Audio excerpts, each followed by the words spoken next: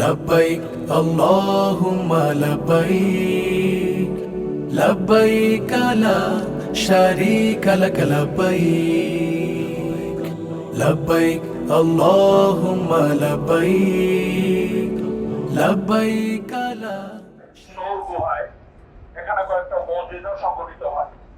তার মধ্যে একটি হলো যখন নবীজি সাল্লাল্লাহু আলাইহি ওয়াসাল্লাম এবং আবু বকর রাদিয়াল্লাহু তাআলা আনহু এই গুহায় প্রবেশ করে দুজনেই খুব ক্লান্ত সফর করে আসছেন। নবীজি সাল্লাল্লাহু আলাইহি ওয়াসাল্লাম আবু বকর রাদিয়াল্লাহু তাআলা আনহুর উরুর উপর মাথা রেখে তিনি ঘুমিয়ে পড়েন।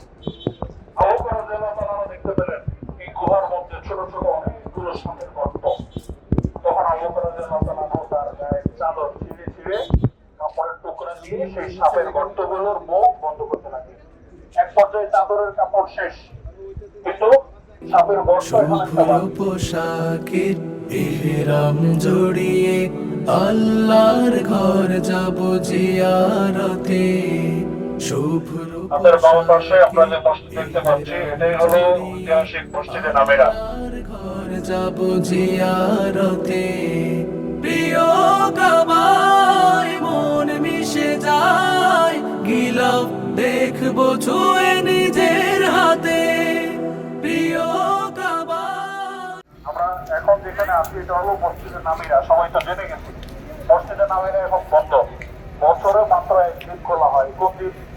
9 তারিখ। মন মিশে যায় গিলাফ দেখবো ছুঁয়ে নিজের হাতে রাহবার হয়ে পথ দেখাবে হুদ হুদ ট্যুরস এন্ড ট্রাভেলস রাহবার হয়ে পথ দেখাবে হুদ হুদ ট্যুরস এন্ড ট্রাভেলস সবারই তো চাওয়া সঠিক ভাবে হজ পালন